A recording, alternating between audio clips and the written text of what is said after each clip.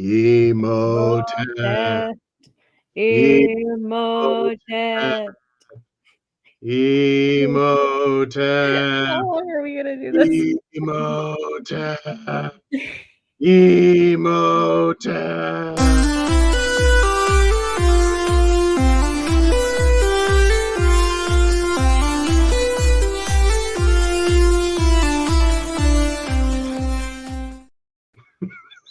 What? Yeah, that was, that happened. Anyways, hello everyone. Welcome to a special Con Girls show, but we do have Con Guy Ben Cleaver with us tonight.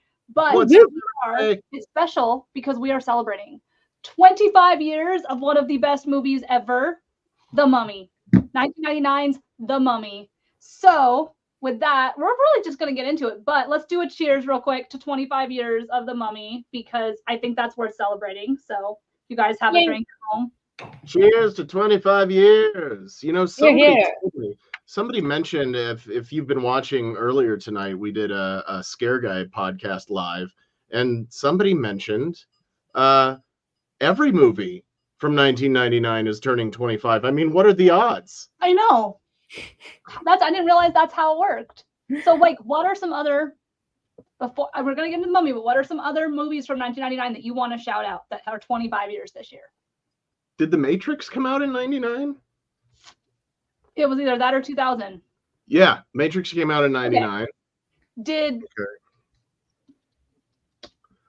I don't know. I'm remembering just like a bunch of movies from 2001 because that was an amazing year for movies. Yeah, 2001 was a good year. So in 2 years, y'all, we're gonna have a stacked like Shrek, Harry Potter, Lord of the Rings. Yeah. Okay, quick 19. Sorry. I said I think you're gonna tell us some other. It was Andy who said that in the last show. Yeah. I got a quick rundown of movies from 1999, and let me tell you what. This was kind of a sick year now that I'm looking at this list. Of course, we had Star Wars Episode 1, The Phantom Menace. Yes. One of my personal favorites, Deep Blue Sea. Oh my gosh. Let's see. We had the James Bond thriller, The World Is Not Enough with Pierce Brosnan. Okay. Another one of my favorites, Lake Placid. I haven't seen that. You haven't seen Lake Placid? Oh my gosh. Katie and I are going to start a movie podcast where we're just going to watch movies and talk about them for a half an hour. The Haunting, The Bone Collector, Eyes Wide Shut, Stigmata, Fight Club. Okay, I've never seen it. You've never seen Fight Club? Me neither. No. Also, I just realized, by the way, that we missed the opportunity to do a 25th anniversary show for Titanic. I just realized that. Yeah, but that was 97. I know, but still, I just realized that we never did homage to it on the show. That was 2 years ago, Katie. Okay, on the 30th. We'll do it for the 30th. Okay. Big Daddy with Adam Sandler. Oh, that's 25 years old? Yeah. I haven't seen that movie either. Varsity Blues. What a year.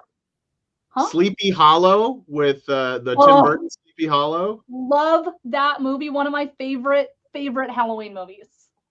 What? This was a dank year for movies, man. Yeah. Holy crap. But The Mummy is one that I think most people remember a lot from that year.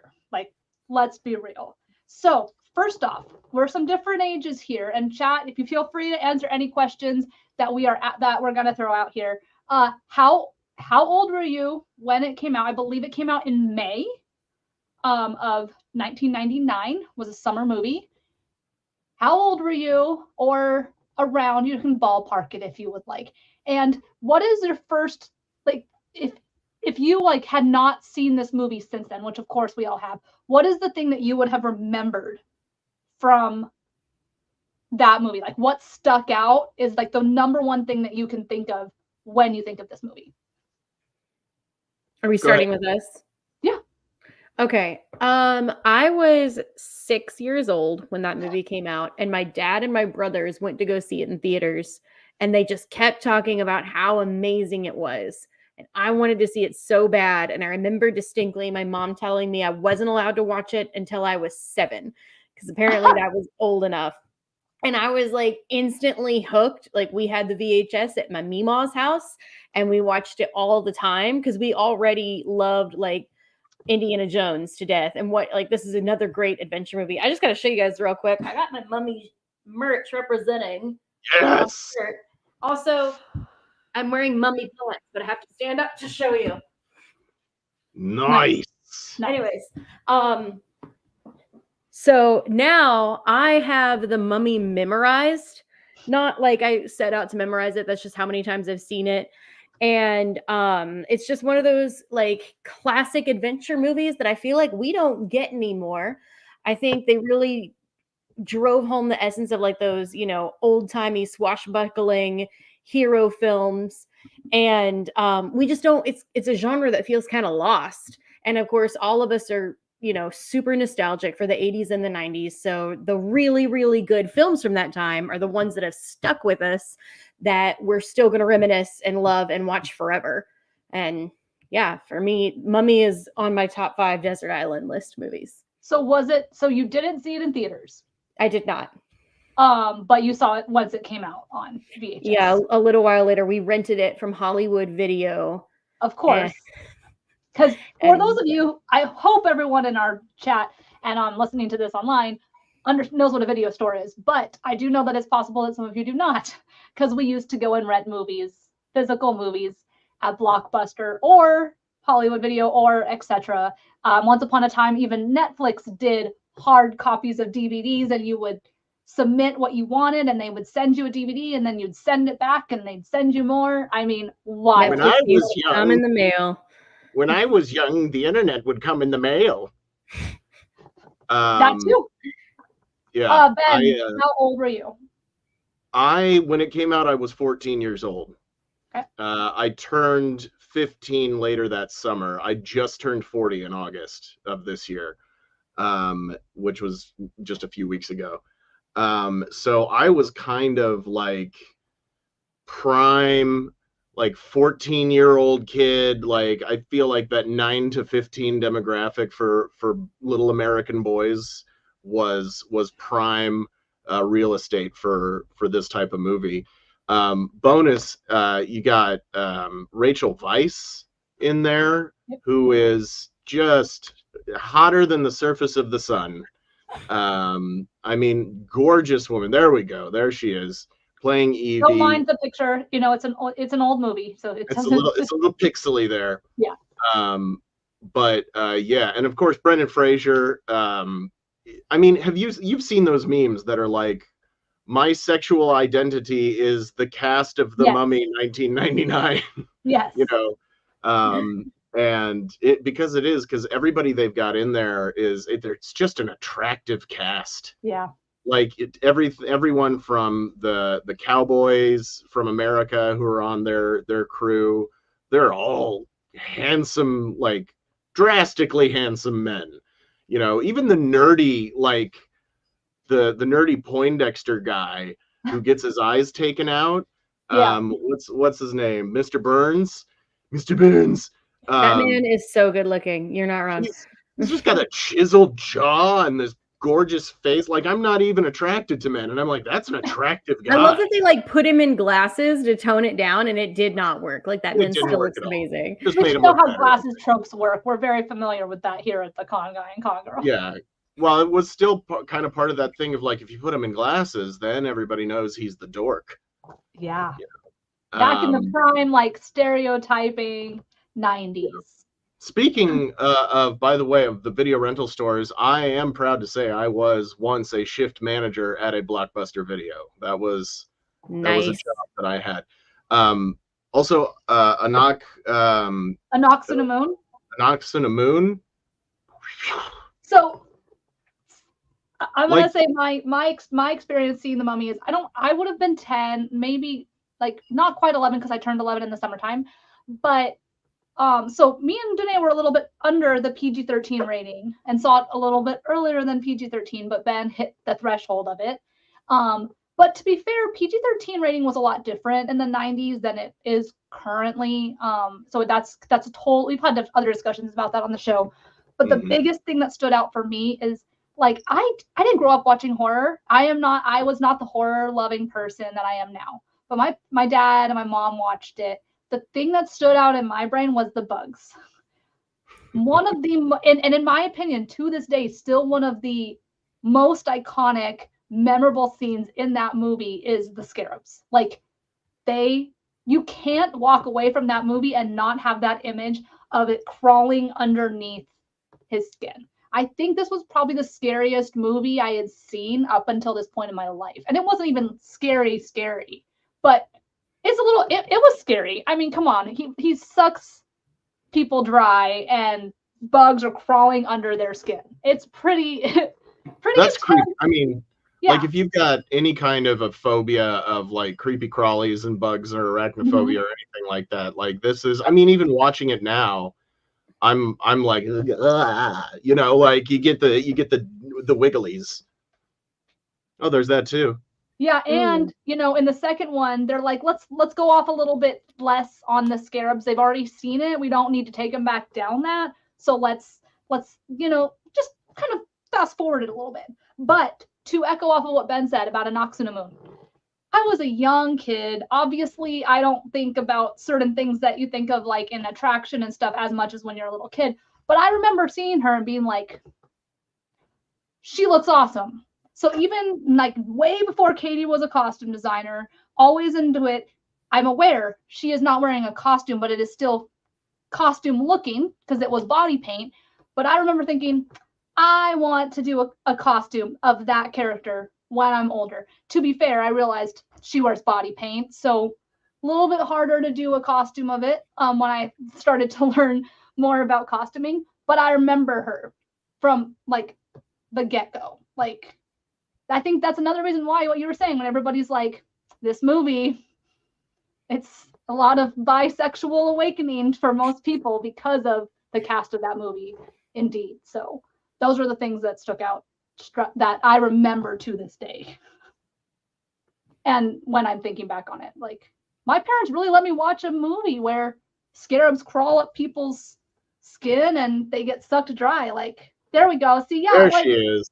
Like, come on. Like, I don't think it needs any other words. So, and then of course you got one of my favorite scenes, which later happens between her and Rachel Weisz, and I mean, so good. So good. I don't remember if it's in the second one. I think it's in the second one. No, that's in the second one. Yeah. That's in the second one. Yeah, my bad, y'all. But second one, I love the second one. I know we're not talking about it, but I actually really like The Mummy Returns.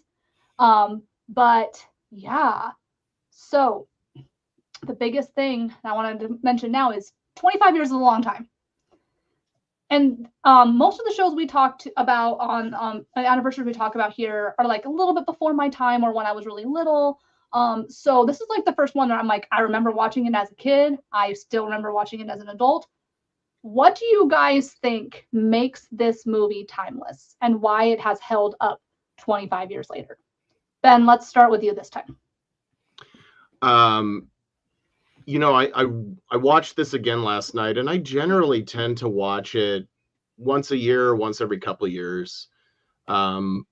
My wife, Bree, who couldn't be on the show tonight because she is taking a much-needed vacation because she has been working her buttocks off for the last 6 months. And she was like, I need to go to a hotel with some books and just sit by the pool and read. Yep. And so that's what she's doing right now, and I'm staying home taking care of our furry children.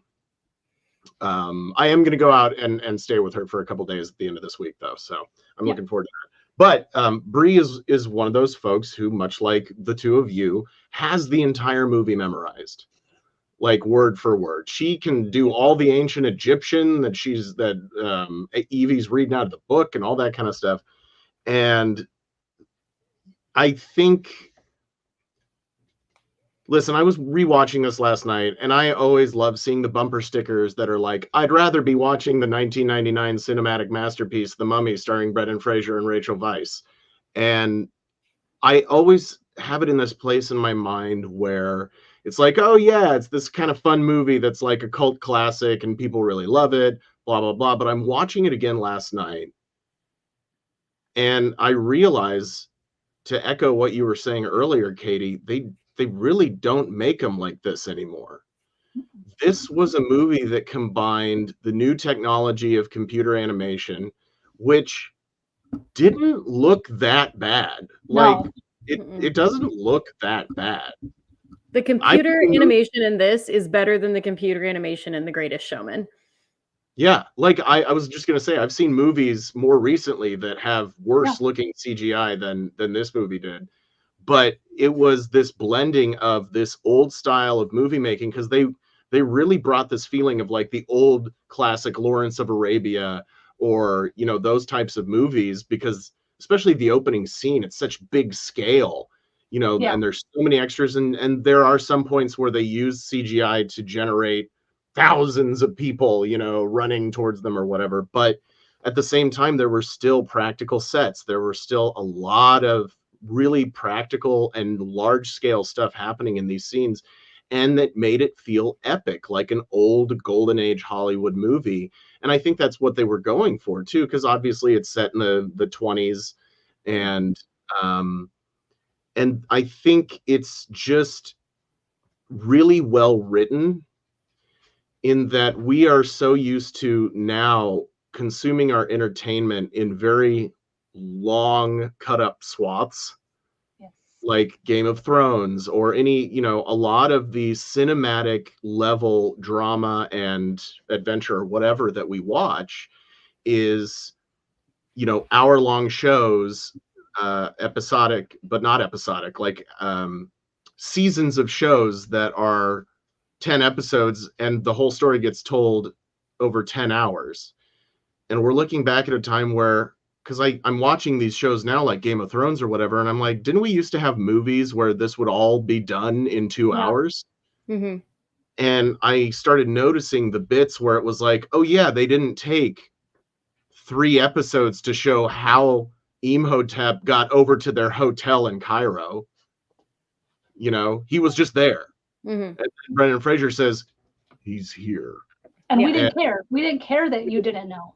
Yeah. He was magic and he did it, and that's all that matters. Yeah. And the characters are so unique and so interesting. Like, Benny is such a little bitch, and he's so good. One of the things I always remember, and this is me being like a world history and religion nerd, is when Benny first sees the mummy and he's just pulling out all the different religious icon necklaces. Yeah. To see which one is gonna, you know, he pulls out a cross, and then he pulls out a Buddha, and he pulls out something else, and then he pulls out the Star of David. He starts speaking Hebrew, and Imhotep is like, the language of the slaves, you might prove useful, you know. And I just thought that was like a neat thing that they threw in, like, yes, this is a historical thing, that like the Hebrews were slaves in Egypt thousands of years ago, and this mummy recognized that. You know, there it is. There he is, showing up holding up the cross, trying to back him off. But that's one moment that I always think about, because I am such a nerd for, you know, history and religion and that sort of thing. But I was really surprised at how good it is. You know, it's not a campy, stupid cult classic. It's a good movie. Yeah. Mm-hmm. Yeah. It's a fun movie. The acting is good. Lily says it's timeless because it's pure positive fun, nothing like all the nonsense of today's action movies. To me, all that drugs and sex is totally irrelevant in some of the movies today. Yeah, sure. I mean, and there's romance in this, but it's like old school kind of classy romance, you know? Yeah. They have a back and forth of a kind of will they, won't they, we know we like, we know they like each other type of thing. Yeah. But I also noticed, I was like, oh, this is where Marvel went to get all their inspiration for their movies, because they had all these quippy lines in these dramatic moments. Like, you know, it had happened several times, and then Rachel Weisz's character says something about the curse, and the wind blows. Ooh. And then Brendan Fraser just goes, that happens a lot here. And I was like, it should not have worked. Nope. But it should have completely pulled you out of the story, and you should have been like, that's stupid. What a dumb line. But it totally worked. And I think that was this weird vein of gold that they struck with this movie, of balancing it between farce and taking itself seriously enough, and moving into the new age of CGI storytelling, and still keeping this sense of classic movie making. And I was kind of blown away by it when I was watching it last night. So those are all the things that were running through my head. Danae, what do you think? Oh yeah, I mean, I have a whole list I was going to go through, and Ben, you've kind of covered most of it. Like, yeah, it was like the perfect blend of like practical. No, it's okay. It was all good stuff. I'm just going to add some more. Like, I was watching it and I realized, you know, this is what like the 1992 Bram Stoker's Dracula wanted to be. Because I like, as much as Dracula is one of my favorite books, and it's one of those classic stories, but I think they really overdid a lot of those like 90s tropes. And something that the director Stephen Sommers said was like, I don't want this to be bloody, and I don't want it to be a guy wrapped up in cloth. And I think they really nailed it with like in the very beginning, when Imhotep is about to get his tongue cut off, like something moves in front of the screen just in time so that you don't actually see all the blood, but it's like, oh, it's, you know, it's there, but you don't see it. Like even at the very end when he gets stabbed, spoiler alert, like, and he's holding his stomach and he backs into the water, you know, there's not guts and nastiness coming out, which is something we saw a lot of in the 90s. It was just like clean and crisp, and it's just like, oh, I know it's bad. And it's kind of that classic, you know, Jaws worked because we didn't see the shark so much of the time. Like the Mummy works because you don't have blood all the time. And I was watching some of the extras last night after I watched the movie, and Stephen Sommers was talking about watching the original Boris Karloff Mummy when he was a kid and how much it scared him to death. And if you haven't seen that one, it's like there are so many homages to it in 1999 Mummy because of the fact that like the main character, her mother was Egyptian and her dad was an explorer, and the character is still Imhotep. And something he talked about was, you know, like the mummy is only wrapped up in the gauze for like a few seconds in the beginning, and the rest of that he's like this handsome guy with a little bit of wrinkles. So I love that they did that too. But yeah, also Ben, like you said, every character is so distinct. Like I love the way every character is introduced in the film. Like, I mean, Benny's very first line when the captain like runs away is like, oh, he's just been promoted. And then we have like, you know, that awesome moment of Rachel Weisz in the library, like stuck on the ladder, and she falls and knocks down all of the stuff, and it just falls and falls and falls and falls, all these bookshelves, and she's standing in the middle and she's just like, oops. Well, they should have bolted those down. That's the thing. If they were that easy to topple over. And, you know, it happens again later, so they did not learn their lesson. No, they didn't. And then, of course, like right after that, like you said, it's all those great lines. Like, I love it when she hears a noise and she goes in the back and she lists all of these very Egyptian sounding names, trying to figure out who's making the noise. And she's finally, like, the last one is Bob. Yeah. Right before Jonathan like does the jump scare. Bob? Yeah. Which I had to write down that great Joss Whedon quote from back in the day, the, you know, make it grim, make it dark, make it tough, but then for the love of God, tell a joke. And I think The Mummy just nailed that, where you have all these super creepy moments. And like, you know, you have the whole scene of the sandstorm chasing down the airplane, and she's like, stop it, you'll kill them. And Benny's just like, that's the idea. The idea. Like, that's the idea. Like, and then, if I may interrupt really quick. No, go ahead. I'm looking at my list. Sorry. Yeah, you're talking about characters in the sandstorm. We're looking at Captain Winston Havelock, the biplane World War I veteran, who he's in the movie for 2.5 minutes. Mm-hmm. And yet, because of the way he's introduced and he's portrayed in those 2.5 minutes of screen time, you're heartbroken, and and also it's like bittersweet because that's the way he wanted to go, buried in the sand with his brothers, you know, flaming glory instead of sitting around here rotting of boredom and souls. And like that's really hard to do in a writing standpoint, to make you attached to a character who's in it for that short of a time. There are shows that have an entire season, 2 seasons, 3 seasons with a character, and you feel nothing when their character passes. So it shows you so much about that. And before Danae goes on, I did want to echo kind of off what you guys were saying about, like, you know, they don't make movies like this anymore. They're not the same. Like, it kind of makes me think, like, the way I see it is like, you know, Indiana Jones came before this, you know, and we had all those action adventure movies, and then we had like the comedic action type witty movies in the 80s. So it was kind of like this movie kind of met the 80s and precursor movies with the early 2000s movies. It was like the perfect movie that kind of combined multiple eras of time into one. And I think that's one reason why I think it's timeless, is that it did that so beautifully. Like, you're kind of like, when did this movie come out? Because you can't really tell, because it's kind of a little bits and pieces of different eras in filmmaking. Because you can see like where Indiana Jones has an influence on it. You can see where, you know, so. I think thank you, Lily. One other thing that I just thought of is in that scene where they're flying the plane, and there he is. There's the Captain Winston.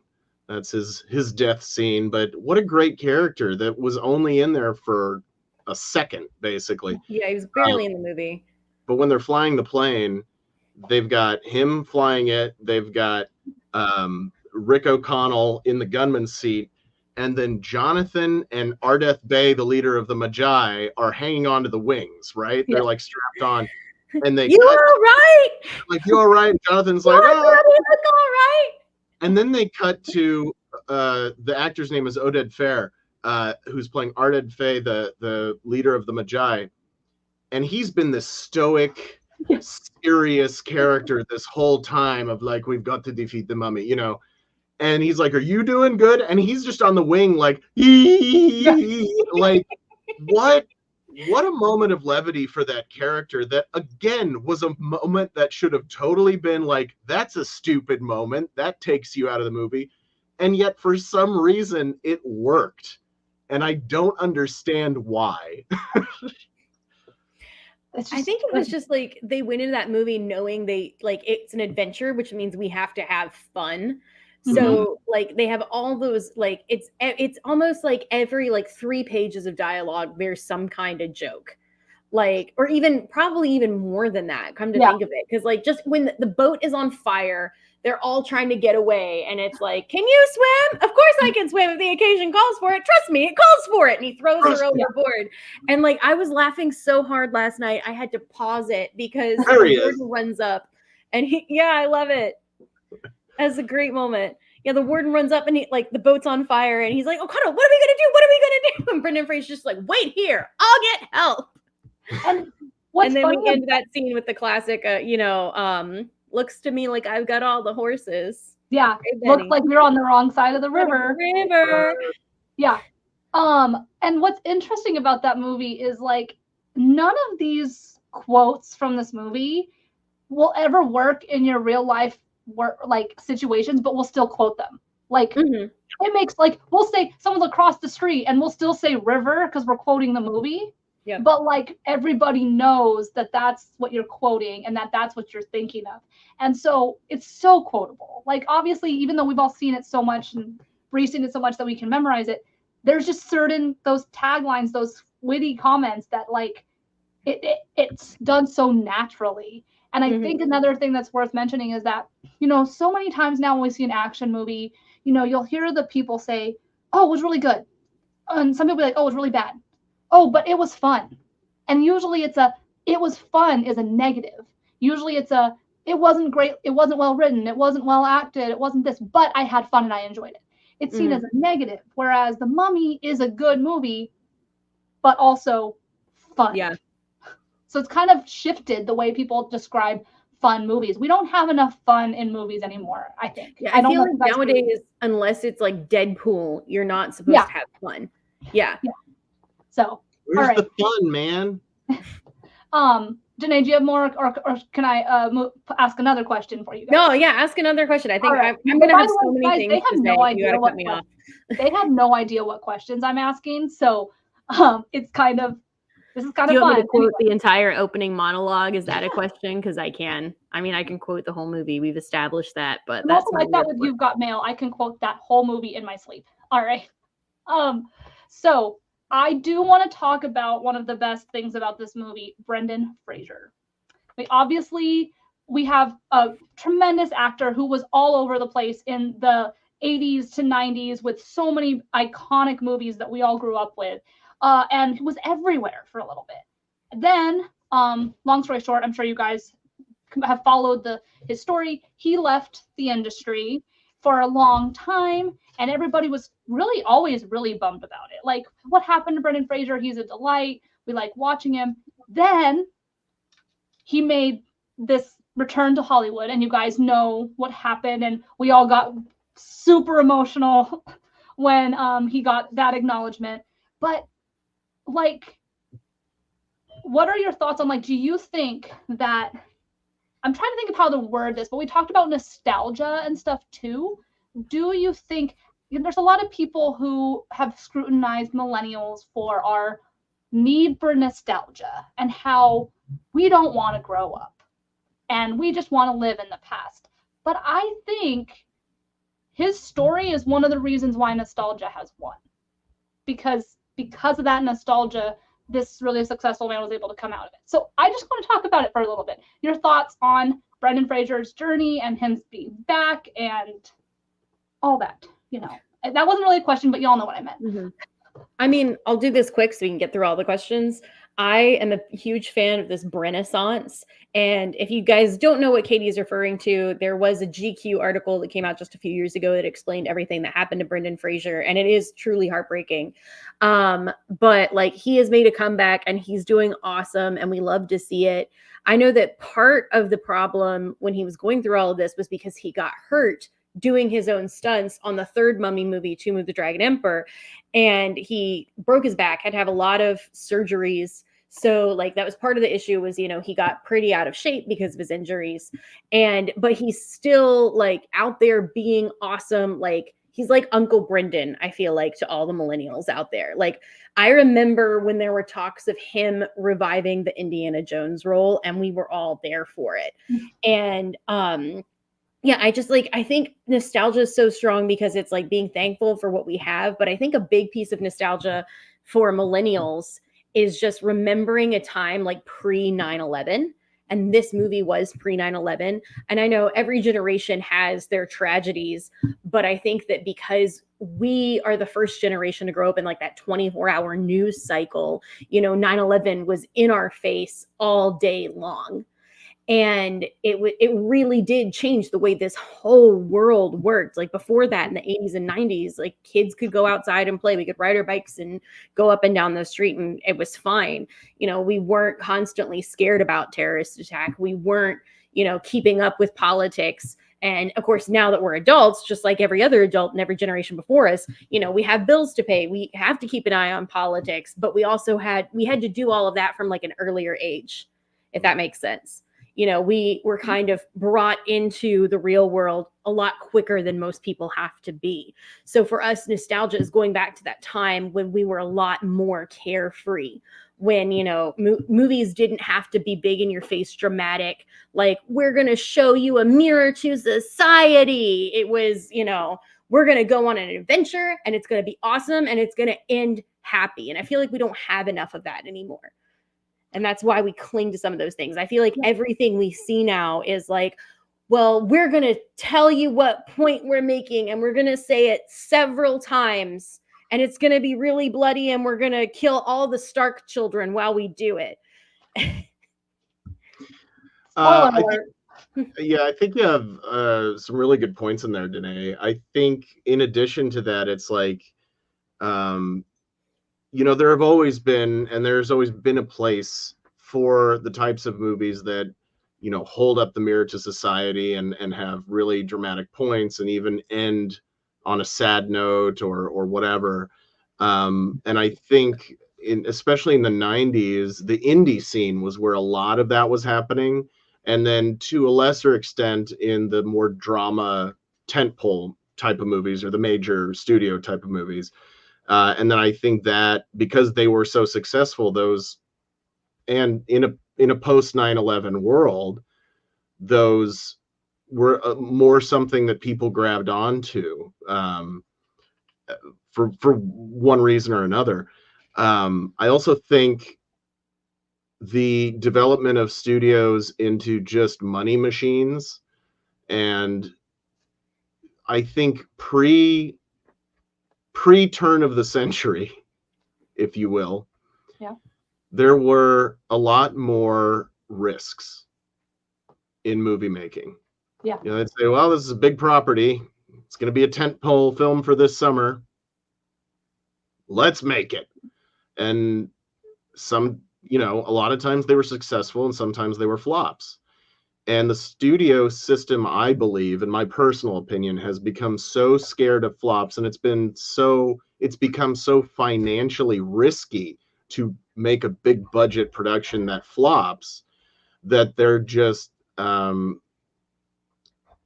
you know, it's a little of six of one hand and half a dozen of the other. They're like, well, let's just use a property that everybody already loves, but we also love our nostalgia, so they're feeding into that. Yeah. So that's why we had 3 Mummy movies when we only needed 1. I mean, I like the second one. We did not need the third one. The third one we won't talk about. The second one I'm okay with, but I like the second one. Yeah. But yeah, I think that's the thing of like they there's too much risk in introducing an original idea nowadays. And I've actually been involved with projects as an actor that were fantastic, and they got turned down. You know, I talked to the producers and the director and the creators that were like, yeah, this project got turned down 20 times because it's original and people don't want to risk the money on original. So I think oh, that's a good point. Jonathan, that is a good point, Jonathan. Video games took over the action adventure genre. Hollywood can't do it anymore, unfortunately, looking at Uncharted, the movie, which was awful. Yeah. I mean, not just that. I mean, Borderlands, I heard, was also terrible. Like, yeah. So, yeah, it's a good point. I went and saw Uncharted in theaters, and to coin a phrase, it was fun. You know, wasn't that good, but it was fun. And it was a movie. Like, it wanted to be Indiana Jones. It wanted to be the Mummy, but it wasn't. And nothing compares to it, even to this day. Just it doesn't. It's different. And Indiana Jones, or I mean, the Mummy wasn't even trying to be Indiana Jones. You knew that they kind of wanted to be in the same vein, but it wasn't trying to recreate it. It was, they were doing their own thing. And yes, it was an intellectual property, Universal, the Mummy, the Boris Karloff, as Danae was talking about earlier. But this was a fresh take on it, and it's a really unique. There's Boris Karloff in the Mummy, but it was a really unique take on doing a modern version of it. And then they tried to do it again in recent years with the Tom Cruise movie. Yeah, I didn't see that one. I don't think anybody saw that one. It just didn't work. Yeah. And to say nothing of like, okay, the Mummy was played by a female, you know, an actress, a woman, that doesn't matter. Like, it just didn't look fun. Yeah. It didn't look good. It wasn't that good. And I think it also shows that like certain movies, like, yes, this is not this, you can't say that this didn't have sequels, because it did, of course, but there's certain movies that are best to just let them be what they were when they came out, and know that, because it's hard. You want to hit the nostalgia. I get it. We all understand. We love that nostalgia, but there's such a fine line between that nostalgia and, there we go. That's the Tom Cruise version of the Mummy. With the more that people try to compete with nostalgia, they run into ruining the original property for a mass majority of the people, because we all have different nostalgia responses. So it's such a difficult thing to do. Whereas even Indiana Jones has struggled. We all know Indiana Jones has struggled in the modern versions of it. And that's Indiana Jones, which is another iconic thing. There's just certain things that they say that there's no risk. I think there is still a risk. I think that there is a different type of risk. The risk assessment has changed. So instead of taking a risk on original content, they're risking it flopping, even though it isn't like an original movie. But like, just because it has like that name on it, they think it will do well enough to make back. And I think that's something we're learning now. I mean, Disney had how many flops that were like Indiana Jones and so many other names that lost them like $1 billion last year or something crazy like that. Yeah, I'll never forget when they announced that. I don't know, when was that? Like 2017 Mummy. All these people online. Yeah, the Tom Cruise Mummy. Like, people online were sharing like what they need to do is they just walk up to a sarcophagus and they open it and Brendan Fraser comes out and they're like, "How did you get here?" And then he's like, "I'll tell you." And then we just rewatched the 1999 Mummy. And then we go back to them and she's like, "But how did you get here?" And he just goes, "Oh, I don't know." And we roll the credits. And they're like, that's the only way to remake the Mummy. I like it.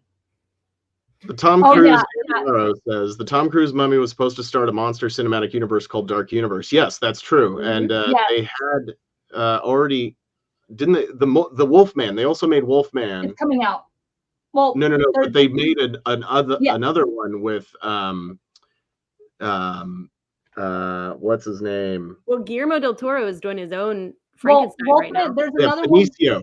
They had one that starred Benicio del Toro. Yes. I was like, I know it's not Guillermo because Guillermo's doing the new one. Benicio del Toro played the Wolfman, and that was supposed to be connected. And you had Russell Crowe, I believe, was playing Dr. Jekyll, and he was going to be like their Nick Fury of this Universal Monsters cinematic universe. And they introduced him in one of those two movies. I don't remember because it's not worth it. But they started that, and it just weren't good because I think a lot of times the studios are banking on the title, like you were saying, Danae. They're banking on the title, making them their money. They don't care if it's good. I feel like Disney as a company understands a little bit better that it needs to have some sort of level of quality to it and rewatchability. But I do know, I talked to people who worked at Warner Brothers when they were doing the Zack Snyder DC universe, the DCEU with Ben Affleck and Henry Cavill and Gal Gadot and all them. And basically when they were writing the Batman script for what was going to be the Ben Affleck standalone Batman movie, they went to the studio heads and they were like, "Here's all the issues with this script that make it terrible." And the studio heads were basically like, "We don't care, just make it because it's Batman and it'll make money. Yeah. We're not going to spend any more money on rewrites because we don't care." And I think that's a big part of the problem. And that's, it looks to me when I watch The Mummy and even The Mummy Returns, I see the thought process behind this as, let's make a good story to feature in this movie. The first one more so than the second, but the second one's still pretty good. Yeah. As far as sequels go, I think the second one for this is pretty good. Like, as far as most sequels go, the second one is usually not even good at all. This one, I have watched The Mummy Returns a lot. After that, if nothing exists to me in the Mummy franchise, but Rachel Weisz doesn't. Well, yeah, I know. Yeah, can we just accept that like the third Mummy movie just isn't canon because Rachel Weisz isn't in it? Yeah. Well, literally, the actress that plays Evie, they gave her a line that was like, "I was a completely different person back then," or something like that. And I'm like, God, come on, dude. And Scorpion King was just. Oh, it was bad. But now, it brought the Rock to the big screen. It did. Like, we can talk about it. As bad as it was, though, that was the first thing I remember people saying about the Scorpion King was, The Rock is going to act. And now not 25 years later for Scorpion King, but 20 probably years later. Give or take. He's everywhere acting. Yeah. Like, everywhere. He's the world right now. Yeah. And like he'll just be like, you have a job for me? Okay. Yeah, he's like on the verge of becoming a billionaire, right? Probably. I wouldn't be surprised. That's the last I heard. Yeah. Yeah, like I hope, like, yeah, it is a bummer that the Dark Universe has, you know, they're still trying. They're still working on stuff. Oh, we have puppies. I have a dog.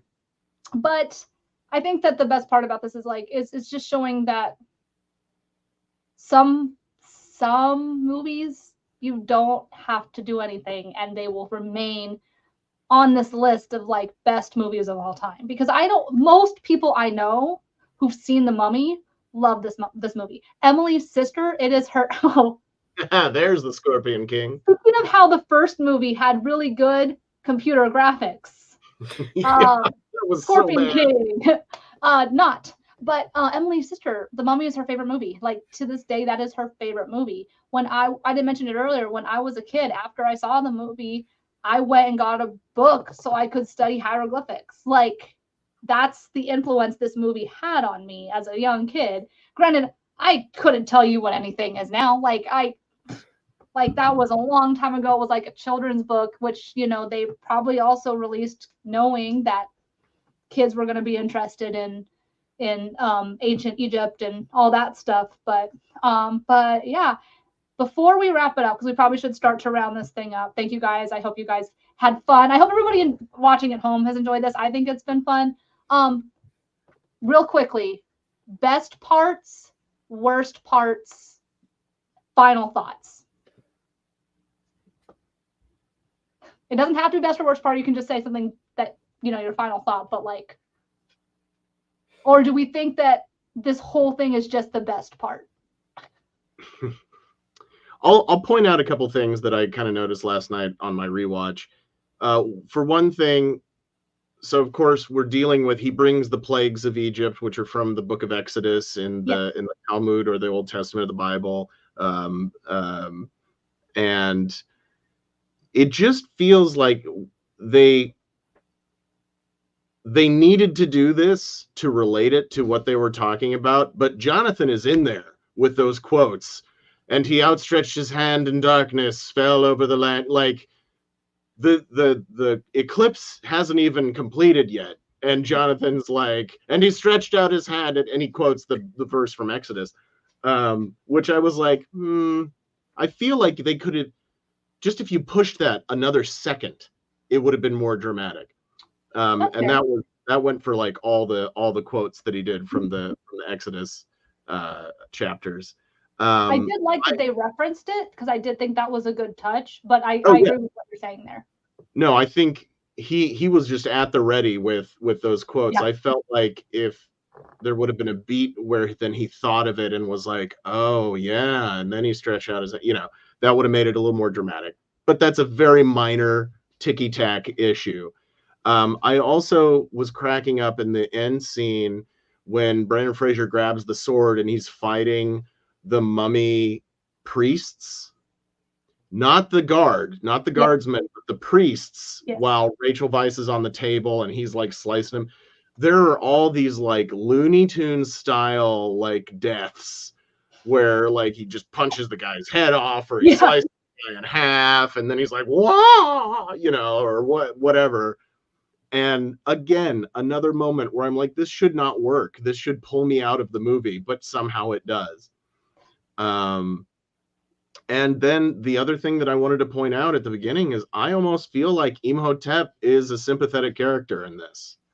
Like at the opening, essentially Ankh-Sunamun is the pharaoh's sex slave. Mm-hmm. And did you see the pharaoh? He's not a cute guy. And then, I mean, her last words are like, "My body is not his temple." Exactly. Yeah. And then you look at her; she's incredibly attractive. Imhotep, played by what's his name, Arnold Vosloo, attractive guy. Yeah, of course they're gonna hook up. I want them to win. I want them to succeed, but not at the expense of murdering Evie. And also plaguing the entire earth and destroying it. That would suck. But I actually felt myself being like, yeah, this is not justified. giving him the worst punishment ever known to the Egyptians. That's not fair. That's not fair. But good. Well, I mean, I think it was because the pharaoh was an awful guy, but also, like, you know, Oded says in the opening, like, he dared the gods' anger by breaking into the sarcophagus, stealing Anoxulamun's body, and like all of the jars that contain her vital organs. And then he went to Hamunaptra. So it wasn't just that he pissed off the pharaoh, like he pissed off all of their gods. And then he went into a city that he wasn't supposed to go into and did a very dark, you know, ritual that he was not supposed to do. Yeah. But so he would do anything for love. Yeah. It wasn't just the fact that he was friends with the pharaoh's mistress that got him the home die. It was the fact that he did all of these other things. It was there they are. Look at those effective people. Mm-hmm. But also, like, in general too, like, another thing that I love is, like, there's just so much imagery in this movie that is why it's so great. I mean, the Book of the Dead, like, that was, if you see something that resembles that and you've seen The Mummy, you know what it is. Mm-hmm. There's no hesitation. The key, I remember when they used the key, I was like, what? Like, that's so cool. Like, the little, like, puzzly nerd in me was like, that's how you open the book. And that, like, it's just iconic. And there's so many visual, because, like, even if you don't remember the quotes, which of course we all do, even if you don't remember certain things, there's still visual images about that movie that make it so great. I mean, we did talk about the sandstorm earlier. That's such an iconic scene where you see his face in the sand. Like, things like that are going to stick with you. And I think there's just so many, like we talked about this whole show, like, there's just so many things that worked well in this movie that if you said, we're going to do this and we're going to add this and we're going to add this, you would think, no way that this is all going to be cohesive. But it did. But also, Jim, really quickly, Jim is producing our show tonight. Put up that picture of the two books, the Book of the Living and the Book of the Dead. Look at that. Look at that conceptualization. Look at that prop design. Mm-hmm. That's incredible. Yeah, those are so cool. Yeah. And that's another thing, is I feel like now, you know, we did talk about practical effects. We did talk about we talked about design. So many of those things are lost now because they do them on computer. So it's so nice to see these movies that you're like, they actually built that prop. They actually built this set. They, you know, all these things. So, but I think we are all on the same page, and I'm sure the chat is too. Like, there's just a lot to love in The Mummy. So, yeah, Danae, I don't want to cut you off if you have more thoughts. I mean, if I had to choose just one unfavorite moment, I never loved the fact that, like, as they're riding away on the camels on the very end, that the light hits the gold just right to, like, shimmer it. Like, as a kid, I was always like, oh, that's a little cheesy. Also, how did the camels get back to Hamunaptra? Because when they fled Hamunaptra, they took the camels with them. And then Evie and Benny and Imhotep came in like a storm of his magic. And then, you know, Rick and the others came on an airplane that crashed. How did the camels get back to Hamunaptra? That's a good question. I'm just like, I was thinking about that like just a couple years ago. I showed it to my best friend for the first time and she loved it because it's an amazing movie. But I was just like, wait, how did the camels get there? And also, the camels are a dime a dozen in the Egyptian desert. In that scene was one of the worst looking things in the movie. Like, I remember seeing it and I was like, did they just use the little cheap gold coins from like Party City? Like, I remember like seeing that and being like, you're doing such a good job. So why does this look like you just got like kids prizes from like a gold cup and things like that? But that's like, you know, of course being nitpicky, but I just remember that is the one thing I remember from a kid was like, that doesn't look like gold. I was like, that doesn't look Maybe right. Party City just copied the Mummy with their gold. Oh, maybe that's what real gold looks like, and we've just never seen it. I mean, I've never really seen it. But I mean, like cool. Pure. I mean, I've seen it, but anyway. So Katie's never seen gold. She has no concept of what it looks like.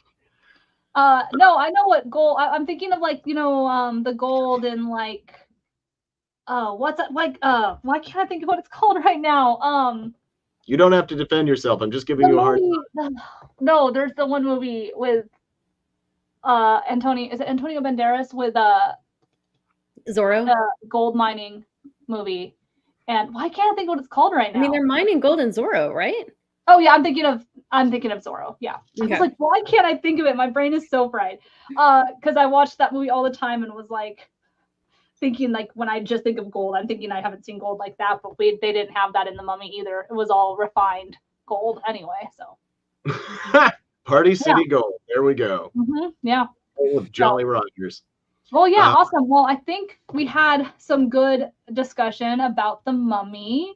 I think we might have to figure out another way to share some more mummy love. Maybe we can do a part 2 with some other people like Brie and maybe Emily's sister. I don't know. We'll see. But yeah.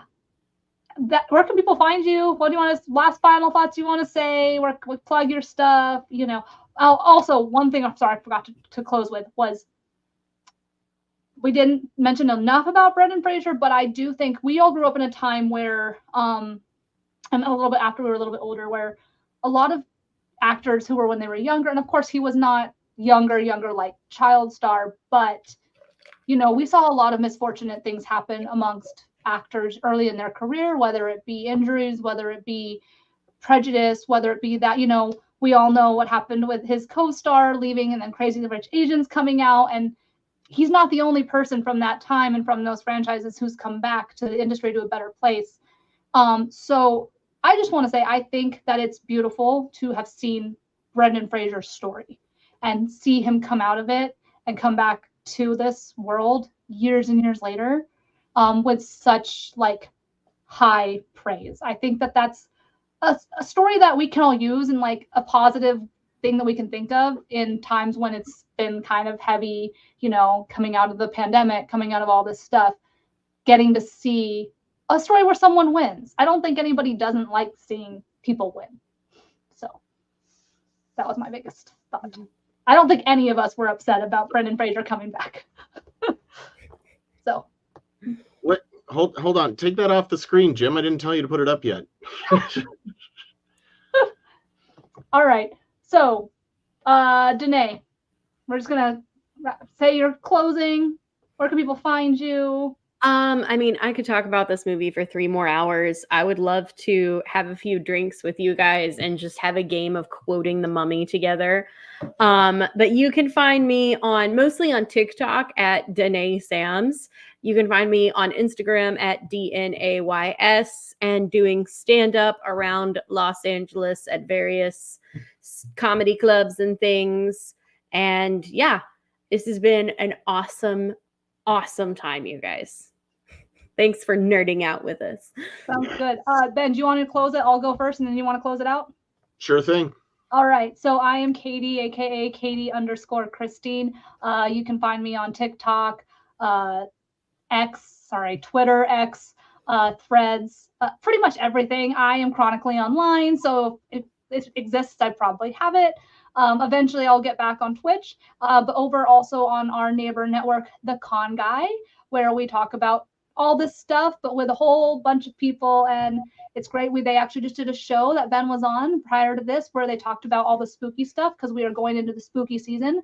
So that is the Scare Guy season where we talk about all things related to Halloween and events and then movies and you name it, we cover it. And then of course, check out the Con Girls. This is our first show in a while, but Danae and I are in the works of trying to get some more content for you guys. And we cover things from the female perspective or topics that resonate a lot with females. But of course, we love having Ben here because I think he's the first male presence on the Con Girls, I think, if I'm not mistaken, right, Danae?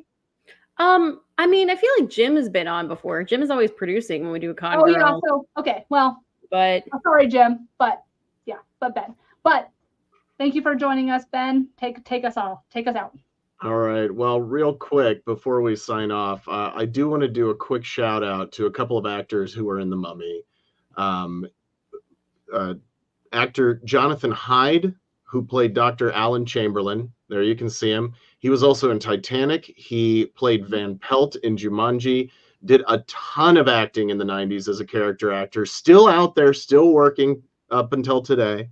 And as well as Eric Avari, who played Dr. Terrence Bay.